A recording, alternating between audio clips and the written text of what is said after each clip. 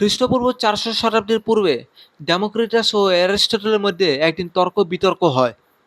সেদিনের তর্ক-বিতর্ক বিষয়বস্তু ছিল ডেমোক্রিটাস অ্যারিস্টটলের কাছে একটি প্রস্তাব দেন।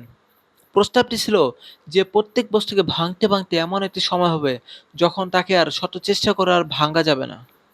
কিন্তু অ্যারিস্টটল সেই প্রস্তাবটি নাকচ করে দেন এবং তিনি খুব রাগান্বিত হয়ে বলেন যে তোমাকেও আমি এইভাবে করে ভাঙতে ভাঙতে শেষ করে ফেলবো। মূলত ডেমোক্রিটাসের যে ধারণা যে অ্যাটম যাকে আর শত চেষ্টা করে আর ভাঙা যাবে না, এই জিনিসটাই অ্যারিস্টটল কোনোভাবে মানতে পারেনি। অ্যারিস্টটল যেসব কথাবার্তা বলতো মানুষ সেগুলো ধর্মের বাণীর মতো বিশ্বাস করত। ফলে তখন যে ডেমোক্রিটাসের যে ধারণা সেটা মানুষের কাছে পরিত্যক্ত হয়ে যায়। প্রায় ২,২০০ বছর পর জন ডাল্টন নামে একজন রসায়নবিদ তিনি গ্যাসের অণুগুলো নিয়ে যখন পরীক্ষা-নিরীক্ষা করলেন, তখন তিনি লক্ষ্য করলেন যে প্রত্যেক বস্তু একটি ক্ষুদ্র অবিভাজ্য কণা দ্বারা গঠিত। এই যে তার এই ধারণা সেটাই হলো যে পরমাণুর ১ম একদম পরীক্ষামূলক ধারণা। যাই হোক, তিনি তখন পর্যন্ত ইলেকট্রন সম্পর্কে জানতেন না। তাই তার মডেলটি পুরোপুরি পারফেক্ট হয়নি।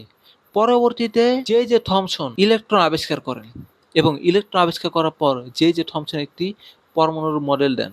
তার এই পরমাণু মডেলকে বলা হয় পুডিং মডেল। সেখানে এই পুডিং এর ভিতরে যেরকম করে বাদামগুলো ছড়িয়ে ছিটিয়ে থাকে, ঠিক সেভাবে করে এখানে ইলেকট্রনগুলো ছড়িয়ে ছিটিয়ে থাকে। আর এই পুরো যে পরমাণু সেটা চার্জ নিরপেক্ষ। কি কারণে নিরপেক্ষ? কারণ এখানে যে কয়টা ইলেকট্রন আছে ঠিক সেই কয়টাই হলো যে এখানে পুডিং এর ভিতরে ঠিক সেই কয়টাই হলো যে পজিটিভ চার্জ আছে। ফলে এখানে মাইনাস আর প্লাস মিলিয়ে হলো কি হয়ে যায়? নিরপেক্ষ হয়ে যায়। ফলে এই যে থমসনের যে পরমাণু মডেল সেটা নিরপেক্ষ ধারণা দেয়। কিন্তু থমসনের যে পরমাণু মডেল সেটা পুরোপুরি পারফেক্ট নয়। কারণ তিনি এ এখানে ব্যাখ্যাই করতে পারেন যে ইলেকট্রনগুলো পুডিং এর ভিতরে এ মানে পরমাণুর ভিতরে কিভাবে করে অবস্থান করে। তার এই মডেলটি পুরোপুরি একটি ব্যর্থ একটি মডেল। তবে তার সফলতা হলো তিনি ইলেকট্রন আবিষ্কার করেছেন। যে ইলেকট্রন আবিষ্কার করাই হলো থমসন পরমাণু মডেলের সফলতা। পরবর্তীতে নাগোয়াকা নামে একজন জাপানিজ বিজ্ঞানী তিনি ১৯০৪ সালে একটি মডেল প্রস্তাব করেন। তার এই মডেলটি হলো সৌরজগতের মতো। সৌরজগতে যেভাবে করে সূর্যের চারপাশে সমস্ত গ্রহগুলো আবর্তন করে, ঠিক সেভাবে করে এই মডেলটি। যেমন এখানে মাঝে প্লাস চার্জগুলো থাকবে এবং তার পাশে ইলেকট্রনগুলো আবর্তন করবে। এই ধারণাটি ছিল নাগোয়াকের মডেল। কিন্তু নাগোয়াকে তখন জানতো না যে এখানে যে পরমাণু সেটা এই যে অঞ্চলটুকু পজিটিভ চার্জ সেটা কতটুকু এরিয়া জুড়ে। মূলত নাগোয়াকা মনে করছিল যে এটা পুরোপুরি মানে পুরো অঞ্চলটুকুই হলো যে প্লাস চার্জ। যাই হোক, আমরা পরবর্তীতে রাদারফোর্ডের যে পরমাণু মডেল সেখানে হতে এর আমরা জানি যে নাগোয়াকার যে ধারণা সেটা পুরোপুরি ভুল ছিল। যদিও নাগোয়াকা যে মডেল তখনকার বিজ্ঞানীরা সেটা মেনে নেয়নি। কারণ নাগোয়াকা মডেলটি তখন পর্যন্ত প্রমাণ হয়নি। ফলে নাগোয়াকা মডেলটি তখন বাতিল হয়ে যায়। পরবর্তীতে ১৯১১ সালে রাদারফোর্ড আলফা রশ্মি নিক্ষেপ করেন সোনার পাতের ভিতরে। এখানে নিক্ষেপ করার সময় তিনি লক্ষ্য করলেন যে প্রত্যেকটি আলফা কণা সোজাসুজিভাবে যায়। সব আলফা কণাগুলো সোজাসুজিভাবে যায়, কোনো বাঁকাবাকি নেই। কিন্তু ঠিক একদম সেন্ট্রাল বরাবর যে আলফা কণা নিক্ষেপ করা হয় সেটি উল্টো দিকে আবার ফিরে আসে। আবার এখানে কিছু আলফা কণা দেখা যায় যে তারা এদিকে বিভিন্ন দিকে বিক্ষিপ্ত হয়। এই যে ধারণা, তার মানে কি বোঝা গেল? বোঝা গেল যে এই অঞ্চলে খুবই, খুবই কম জায়গা মানে খুবই ক্ষুদ্র জায়গায় এখানে অনেক চার্জ আছে, মানে প্লাস চার্জ আছে, ধনাত্মক চার্জ আছে। এখন আমরা কিভাবে করে শিওর হলাম যে এখানে ধনাত্মক চার্জ আছে? এটা মূলত শিওর হলাম যে আলফা রশ্মি আসলে ধনাত্মক চার্জ এ এ এইজন্যই আমরা শিওর হলাম যে এখানে ধনাত্মক চার্জ আছে। যখন আমি এই ধনাত্মক আলফা কণা এখানে নিক্ষেপ করলাম, তখন এই প্লাস চার্জ জোরে এই চার্জকে বিকর্ষিত করবে। ফলে ও বিপরীত দিকে চলে আসবে। আবার কিছু চার্জ এখানে বিক্ষিপ্ত হবে, মানে বাড়ি খেয়ে এখানে চলে যাবে। আর এই যে বাকি যে অঞ্চলটুকু এগুলো পুরোপুরি ফাঁকা। ফলে এখানে কোনো চার্জ নেই। এখান থেকে আমরা কি ধারণা পেলাম? এখান থেকে আমরা ধারণা পেলাম যে অধিকাংশ যে পরমাণু আলফা কণা সোজা পথে চলে যায় কিছু, কিছু আলফা কণা সামান্য কোণে বিচলিত হয়। তারপর খুব আলফা খুব অল্প সংখ্যক যে আলফা কণিকা বড় কোণে বিচলিত হয়। মানে এই যে এইখানে যে আলফা কণা খুব তারা বড় কোণে বিচলিত হয়।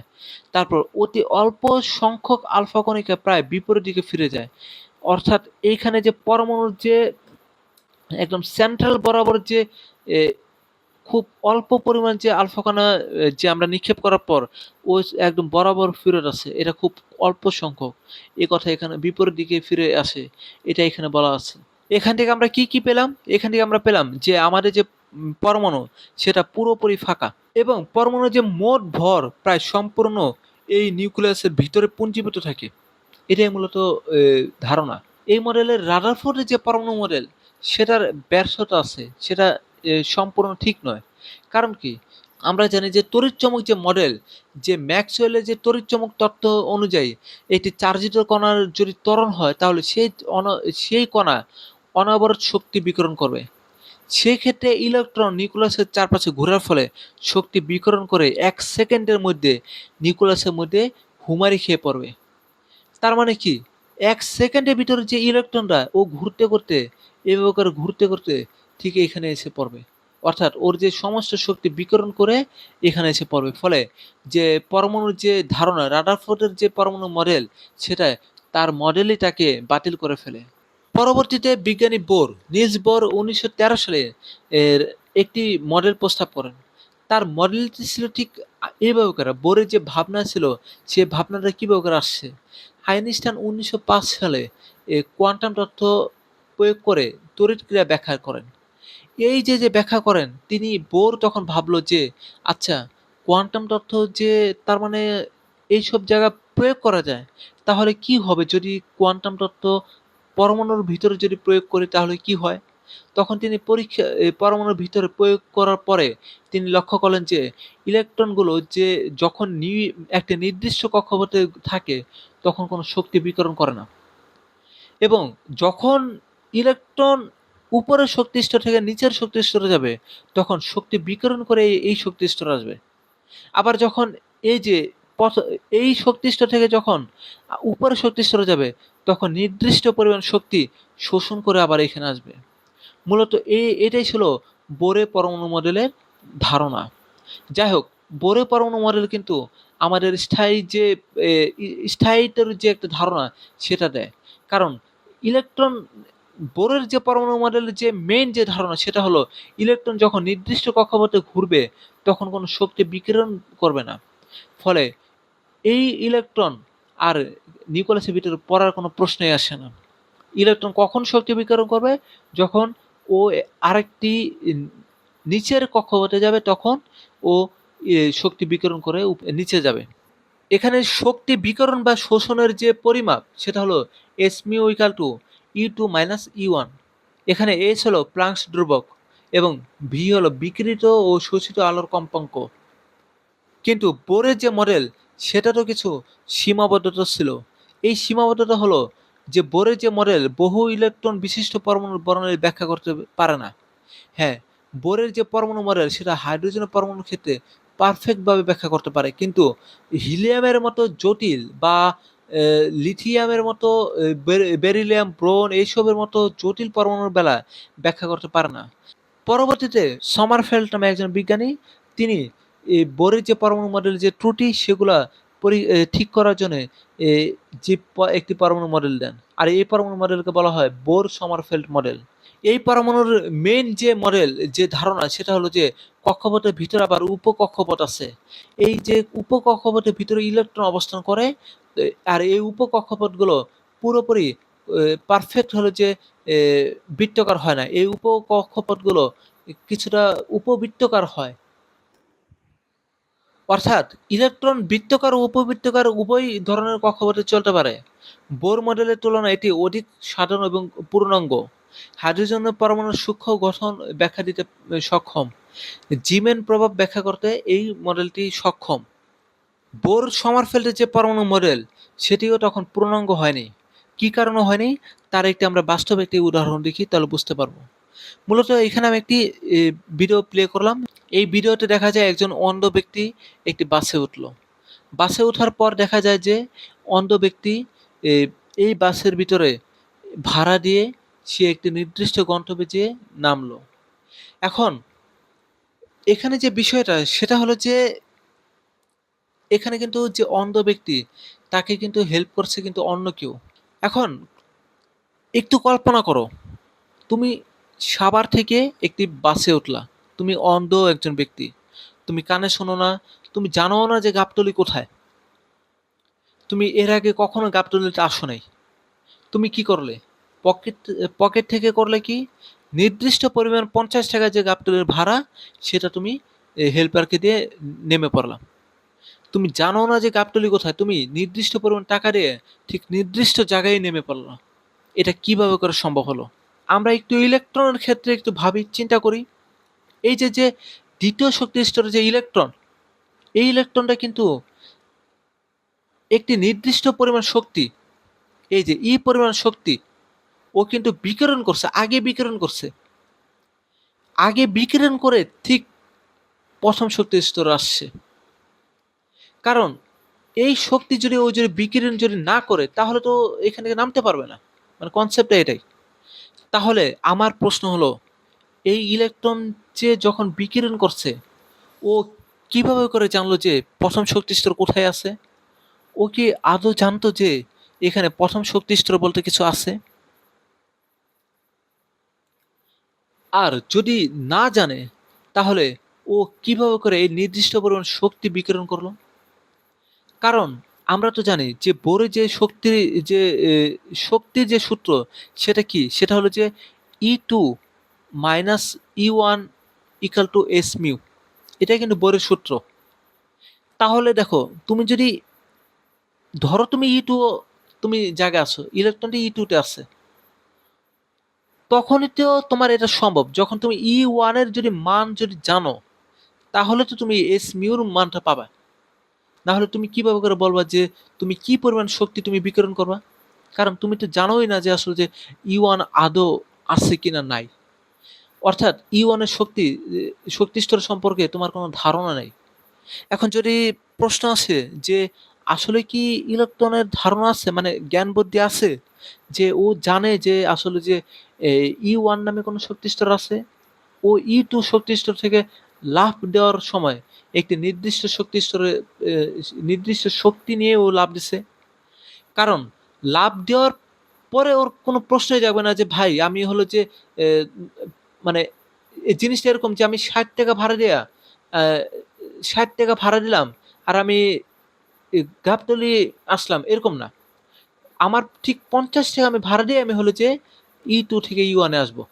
এর থেকে কম বা বেশি হবে না। আবার তুমি যদি কম ভাড়া দেওয়াও যদি আসো, এটাও কিন্তু সম্ভব না। তার মানে তুমি এরকম না যে তুমি ৳৪০ এখানে, মানে ধরো ৪০ শক্তি। তুমি শক্তি স্তর 2 এ ছিলা। এখানে তুমি ৳৪০ তুমি হলো যে বের করলা, পকেট থেকে বের করলা। বের করে আইসা দেখলা যে না, এটার পরিমাণটা আসলে আমার ৳৫০ খরচ করতে হইব। এখন তুমি আইসা তো এরকম কোনো সুযোগ নাই। অর্থাৎ তোমার আগে থেকে ৳৫০ এখান থেকে বের কইরা তারপর হলো যে তোমার এখানে আসতে হইব। আদারওয়াইজ কোনো সুযোগই নেই। তাহলে এখানে প্রশ্ন আসে যে ইলেকট্রনের কি আসলে কোনো বুদ্ধি আছে? ইলেকট্রন কিভাবে করে E1 এর সম্পর্কে সে জানতো না। কিন্তু নির্দিষ্ট পরিমাণ শক্তি সে কিভাবে করে বের করলো? ইলেকট্রন ঠিক আমাদের যে এরকম অন্ধ যে ব্যক্তি, ঠিক এর মতো। ওর কোনো ধারণা নেই যে ও গাবতলী বলতে কিছু আছে কিনা নাই। ও কোন শক্তি স্তরে আছে সেটাও ওর কোনো ধারণা নাই। তাহলে ও কিভাবে করে নির্দিষ্ট শক্তি ও বিকিরণ করে এ ওই শক্তি স্তরে আসলো? এটা একটা বড় একটা প্রশ্ন। এবং এই যে প্রশ্নের যে উত্তর এটা বোরের যে পরমাণু মডেল সেটা দিতে পারে নাই। এখন এই যে বোরের যে পরমাণু মডেল এই ব্যর্থতা বা দিতে পারে নাই, আমরা পরবর্তীতে কোয়ান্টাম তত্ত্ব দ্বারা এর ব্যাখ্যা একদম পারফেক্ট ভাবে দিতে পারি। বোর পরমাণু মডেলে যেসব ত্রুটি আছে, সেসব ত্রুটি ব্যাখ্যা করার জন্যে পরবর্তীতে কোয়ান্টাম তত্ত্ব ব্যবহার করে পরমাণু মডেল ব্যাখ্যা করা হয়। কোয়ান্টাম তত্ত্বের ভিতরে আছে শ্রোডিঞ্জারের যে ইকুয়েশন, সেই ইকুয়েশনটা আছে। এই ইকুয়েশন দ্বারা এবং এ লুইস ডি ব্রগলির যে ইকুয়েশন আছে, এই ইকুয়েশন এবং হাইজেনবার্গের অনিশ্চয়তা নীতি, এই ইকুয়েশন, এই ইকুয়েশনগুলো দ্বারাই মূলত কোয়ান্টাম তত্ত্ব ব্যবহার করে প পরমাণু মডেল ব্যাখ্যা করা হয়।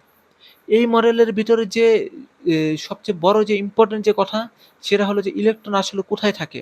ইলেকট্রন কি ২য় শক্তি স্তরে থাকে নাকি ১ম শক্তি স্তরে থাকে? ইলেকট্রন যে অ্যাকচুয়ালি এখানে যে শ্রোডিঞ্জারের যে ইকুয়েশন, সেই ইকুয়েশন অনুযায়ী ইলেকট্রন তুমি অবজার্ভ করার আগে তুমি কখনোই বলতে পারবে না যে ইলেকট্রন কোথায় থাকে। ইলেকট্রন হলো একটি তরঙ্গ ফাংশনের মতো। অর্থাৎ ইলেকট্রন একই সাথে সমস্ত পুরো নিউক্লিয়াসের সব জায়গায় থাকে। অর্থাৎ ইলেকট্রন ১ম শক্তি স্তর আর ২য় শক্তি স্তর বলতে মানে এরকম আলাদা করে কিছুই নেই। ইলেকট্রন একটি মেঘের মতন সমস্ত জায়গায় থাকে। এই মডেলটি একদম পারফেক্ট এবং সুন্দর সবচেয়ে পারফেক্ট একটি মডেল।